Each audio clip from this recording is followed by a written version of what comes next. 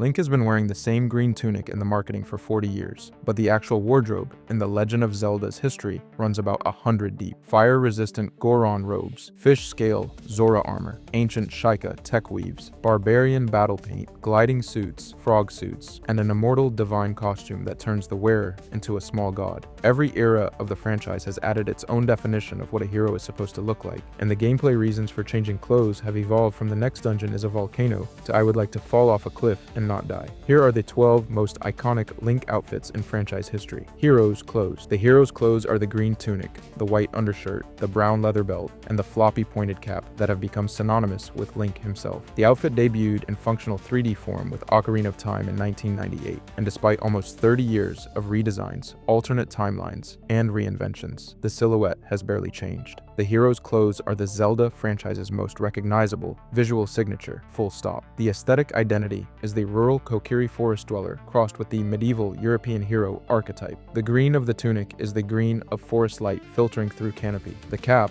originally an elf-like flourish, became one of gaming's most copied design elements. The outfit was originally Kokiri tribe clothing, the uniform of the eternally young forest children Link was raised among, before being recast across the franchise as the formal attire of the chosen hero. The mechanical utility is the baseline. The hero's clothes do not grant elemental resistance, do not boost damage, and do not enable any special ability. They are the costume Link puts on to be Link. Every other outfit on this list is, in some sense, defined against this one, the standard from which all variation departs. The quest acquisition in Ocarina of Time involves the youngest version of Link simply being handed the tunic by the Great Deku Tree at the start of the game, as a prerequisite to leaving the forest. The hero gets his uniform before he knows he is the hero. The clothes really do make the man, in this case, Goron tunic. The Goron tunic is the red, heavy fabric tunic Link must acquire to survive the volcanic temperatures inside Death Mountain. Introduced in Ocarina of Time in 1998, the outfit is the first time the franchise asked the player to consider their wardrobe a survival tool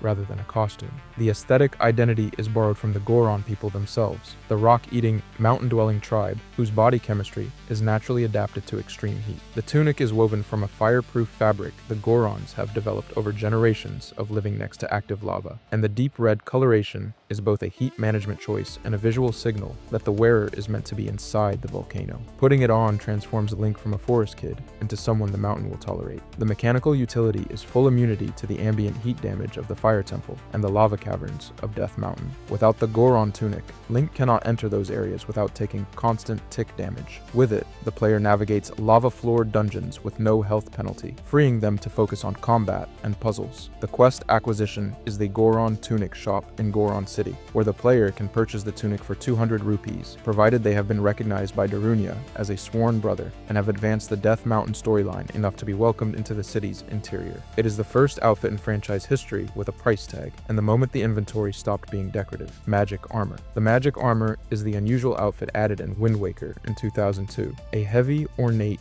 deep blue suit of armored plate that converts the player's wealth into damage resistance. The same outfit returns in Twilight Princess in 2006 in a heavier, more medieval form, but the core mechanic stays consistent across both versions. The aesthetic identity is straight royal regalia. The magic armor looks like something a king would wear into ceremonial combat. Gold trim, blue base, polished plate. In Wind Waker, the armor is a museum-grade artifact discovered in a hidden cave. In Twilight Princess, it is a custom commission produced by a Castletown blacksmith who specifically wants Link to look the part of a royal champion. Both versions communicate the same thing. This is the armor of someone who has the means to be untouchable. The mechanical utility is the rupee for damage exchanged. While the magic armor is equipped, every hit Link would take is converted into a rupee cost rather than a health cost. Rupees drain instead of hearts. The armor effectively makes the player invincible as long as they can keep paying for it. Run out of money mid-fight and the armor stops protecting you the moment the wallet hits zero. The quest acquisition varies. The Wind Waker version is hidden in a great sea cave that requires specific upgrades to reach, and the player has to solve a small puzzle to unlock the chest. The Twilight Princess version requires a long side quest to fund the impoverished Castletown craftsman through several rupee donations, after which he forges the armor as thanks. Either way, the armor is one of the most expensive items items in either game to actually use. Zora Armor. The Zora Armor is the blue, scaled, sleek-fitting underwater suit that allows Link to swim, breathe, and fight beneath the surface of the water. Introduced in functional armor form in Twilight Princess in 2006, building on the original Zora tunic concept from Ocarina of Time. The outfit is one of the franchise's most elegant pieces of cultural world building. The aesthetic identity is the Zora tribe's own anatomy translated into wearable form. The Zora are an aquatic, fish-like people, and the armor is essentially a borrowed external layer of Zora biology. Gills built into the collar, scales sewn into the chest plate, fins extending from the helm. In Twilight Princess, the armor is a relic of the late Queen Rutula, given to Link as a gift after he completes a quest involving her son, Prince Rallis. The outfit carries the weight of being one queen's last gift to a hero who needed it. The mechanical utility is unlimited underwater breathing and full mobility in deep water. The standard rules of swimming, limited stamina, breath gauge, vertical-only motion, are suspended while the Zora armor is equipped. Link can dive, fight, and solve puzzles underwater as easily as he moves on land. The quest acquisition in Twilight Princess is one of the more emotionally weighted in the game. Link must restore Prince Rallis to health, deliver a message from Queen Rutela's spirit to her son, and undertake a journey to recover the armor from the family tomb in Zora's domain. The armor is not bought, it is inherited. Fierce Deity Armor. The Fierce Deity Armor is the tall, pale, silver and blue outfit worn by the immortal warrior form of Link. Originally introduced via the Fierce Deity Mask and Majora's Mask in 2000, and reintroduced as a full wearable armor set in Breath of the Wild in 2017. It is the closest the franchise has ever come to giving Link a literal god mode. The aesthetic identity is ominous and intentional. The Fierce Deity has the proportions of a tall adult man, markedly taller than Link's usual frame, with white facial markings, completely white eyes, and a posture that conveys serene menace. The original Majora's Mask version transformed Link into a different person entirely. The Breath of the Wild armor set is closer to a costume, but it carries the visual weight of the original. The mechanical utility in Majora's Mask was overwhelming damage output and a sword beam attack that cleared most enemies in a single swing. In Breath of the Wild, the armor set provides a strong base defense rating and can be upgraded to Elite Tier, making it one of the more practical late-game costumes despite its dramatic appearance. It is not as broken as the original mask, but it makes the wearer feel like they should be. The quest acquisition is amiibo locked in Breath of the Wild. The armor pieces drop randomly from the Majora's Mask amiibo. In Majora's Mask itself, the Fierce Deity Mask requires the player to complete the entire game's mask collection and deliver all of them to the Moon Children in the final dungeon, making it one of the hardest to obtain items in the franchise. Flamebreaker Armor Set. The Flamebreaker set is the heavy, dark blue, blast furnace themed armor. 3 pieces of forge welded plate built specifically for surviving the lava-rich environment of Death Mountain. It is the spiritual successor to the Goron tunic, expanded into a full modular armor system. The aesthetic identity is Industrial Goron. The Flamebreaker armor looks like something a blacksmith would wear to a forge that no human could approach. Heavy goggles, reinforced plate, and a deep blue color scheme that absorbs heat differently from any other material in Hyrule. The pieces are openly sold by Goron merchants in Goron City, who consider the armor essential safety equipment rather than warrior gear. The mechanical utility is full fire resistance and flame guard. Wearing the full set protects Link from the constant heat damage in the Elden region around Death Mountain, and prevents wooden weapons and bows in his inventory from spontaneously combusting in the ambient temperatures. The set also grants minor combat utility through high defense values, making it a viable general-purpose armor option, even outside the volcanic zones. The quest acquisition is split between the Goron City Shop and a side quest involving the abandoned North Mine. The headgear and trousers are purchasable for several hundred rupees apiece at Ripped and Shredded in Goron City. The chest piece is awarded for completing the abandoned North Mine side quest, which involves a Goron named Baik and a series of small fetch tasks. The full set comes together gradually as a series of small purchases and small commitments to the people of the mountain. Stealth Armor Set. The Stealth Set is the dark, form-fitting ninja aesthetic armor. 3 pieces designed and worn by the modern Shaika people of Kakariko Village. It is the franchise's most direct nod to the ninja archetype that has been hovering in Shaika lore since Ocarina of Time. The aesthetic identity is the Shaika tribe's traditional combat dress, updated for the post-Calamity era. Tight black fabric embroidered with the Sheikah eye symbol in subtle silver thread, hooded mask, soft-soled boots. The armor was made by Enchanted, the Kakariko Village clothing shop, and the village wears it as everyday garb. Link buying it is the closest he can come to passing as one of them. The mechanical utility is stealth enhancement. Each piece individually adds to Link's sneak rating,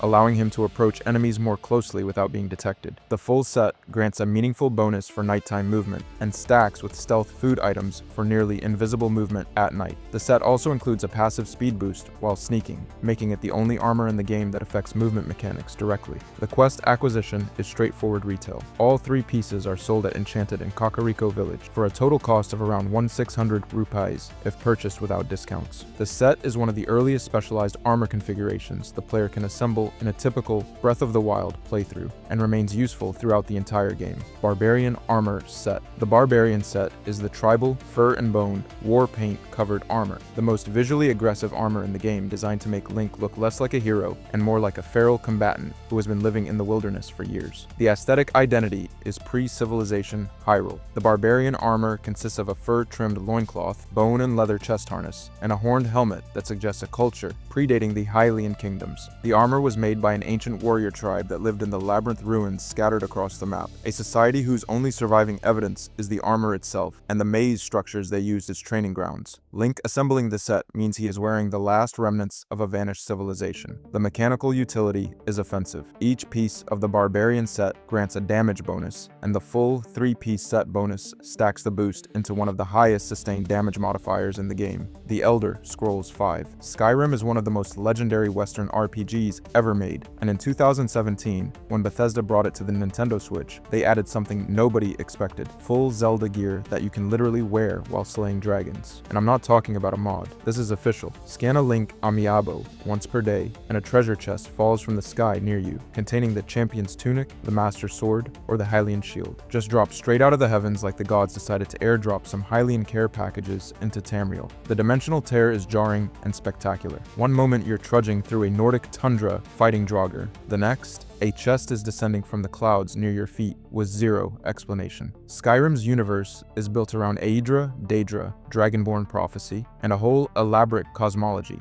and none of it accounts for why a Hylian shield just materialized out of thin air. The game doesn't try to justify it narratively, it just lets it happen, which somehow makes it better. Mechanically, the items actually work. The Champion's Tunic functions as light armor with respectable defense. The Master Sword appears as a one-handed weapon with mid to late game damage. The Hylian Shield is a high-tier heavy shield with excellent armor rating. But here's the thing, they lack any exotic mechanics. No beam attack at full health, no unique durability counter. You can dual wield the Master Sword with another weapon, block Dragonfire with the Hylian Shield, or sneak around in the Champion's Tunic just like any other gear. The items are powerful but balanced, which means they're actually usable without turning the game into a joke. The real joy comes from the sheer incongruity. A Skyrim character dressed as a Link, felling dragons instead of Ganon, feels both wrong and perfectly right. You're swinging the Master Sword at a frost troll on a mountain, blocking shouts from Draugr overlords with the Hylian Shield, and it somehow works because both worlds are built on the fantasy of a lone hero confronting ancient evils. Lore purists have had mixed reactions. Some argue that official branded gear breaks immersion. Others point out that Skyrim already has plenty of weird artifacts with unclear origins, and modders have been adding far stranger content for years. A popular headcanon places the Master Sword as a legendary weapon from a forgotten plane, perhaps carried across dimensions by Sheogorath as a cosmic prank. Neither explanation is official, but both let fans reconcile the crossover with the lore if they care to. From the Zelda side, nobody treats this as canon. It's pure fan service. But the fact that Nintendo and Bethesda collaborated on something this specific signals how far the industry has come in letting franchises overlap. The dimensional tear is crude by design. A chest falls from the sky, you open it. You wear Link's clothes while shouting at dragons. That's the entire justification, and honestly, it's enough. But if you think outfitting the Dragonborn in Hylian gear is strange, wait until you see what happens when Cadence from Crypt of the Necrodancer falls directly into Hyrule and forces Link to fight on beat. Cadence of Hyrule. Cadence of Hyrule might be the strangest official Zelda game ever released. Developed by Brace Yourself Games and released for Switch in 2019, it fuses Crypt of the Necrodancer's rhythmic, grid-based dungeon, crawling with Zelda's characters, music, and overworld structure. And before you dismiss this as some weird indie experiment that shouldn't count, hear me out. The dimensional tear is directly addressed. Cadence, the protagonist from Necrodancer, is transported into Hyrule by the villain Octavo and his golden lute. She wakes up in a graveyard, helps rouse sleeping Link and Zelda, and the whole game revolves around musical magic destabilizing reality. It's explicitly a crossover, not a reskin. The core mechanic requires moving and attacking on the beat. Enemies follow pattern-based movement tied to rhythm. Miss a beat, lose effectiveness. Hit the beat perfectly, chain combos, and maintain multipliers. This is set in a semi-persistent overworld resembling A Link to the Past, with Kakariko Village, Death Mountain, and Hyrule Castle occupying fixed positions. Link and Zelda are fully playable with unique tools. Link wields a sword, Zelda uses a rapier and magic like Din's Fire, and familiar items like bombs, bows, and hook shots all adapt to beat-driven flow. Bombs explode after a set number of beats. Arrows fire in time with the soundtrack. Hook shots pull you across gaps on rhythm. Classic Zelda themes are reimagined in dance, rock,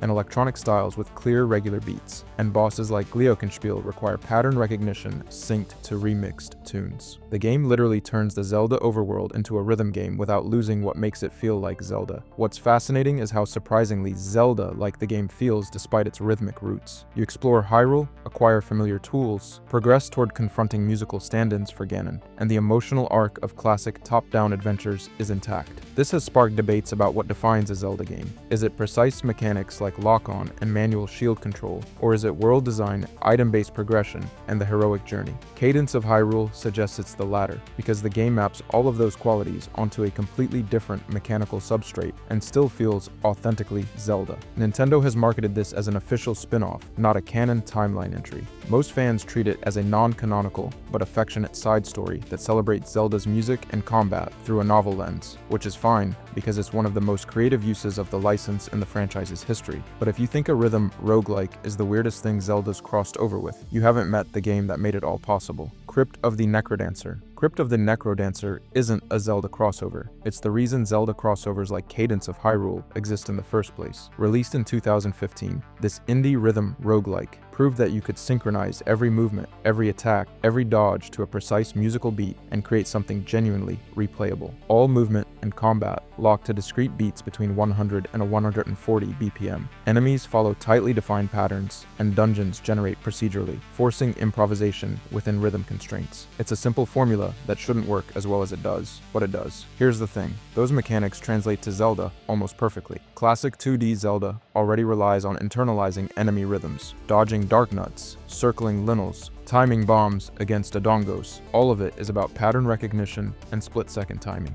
Necrodancer just made that rhythm literal, turned it into music you could hear and feel. When Nintendo saw what Brace Yourself Games had built, they didn't just approve a crossover, they let an indie game's core identity officially shape a marquee franchise spin-off. That's not collaboration, that's trust. The themes line up too. Necrodancer's world runs on musical magic, cursed artifacts, and familial legacies, echoing motifs from Ocarina of Time, Majora's Mask, and Skyward Sword, where instruments serve as puzzle mechanics and emotional language. Music in Zelda has always been more than background noise. It's a tool, a weapon, a key. Necrodancer understood that instinctively, and Cadence of Hyrule became the proof of concept. Community reactions split predictably. Purists blame Necrodancer for introducing alien mechanics into Hyrule, arguing that rhythm gameplay had no place in a series built on exploration and combat. Enthusiasts pointed out that the design was already battle-tested, beloved, and mechanically sound. If anything, the backlash revealed how nervous some fans are about Zelda evolving beyond its established formulas, even when the new formula works. But the real story is the feedback loop. An indie game proved a concept Nintendo noticed, and suddenly rhythm roguelike structure aligned with Zelda's themes of cyclical heroism and multiple timelines. Necrodancer didn't just open a dimensional tear, it built the infrastructure for one, proving that Hyrule could survive in completely foreign systems without losing what makes it Hyrule. That's the legacy.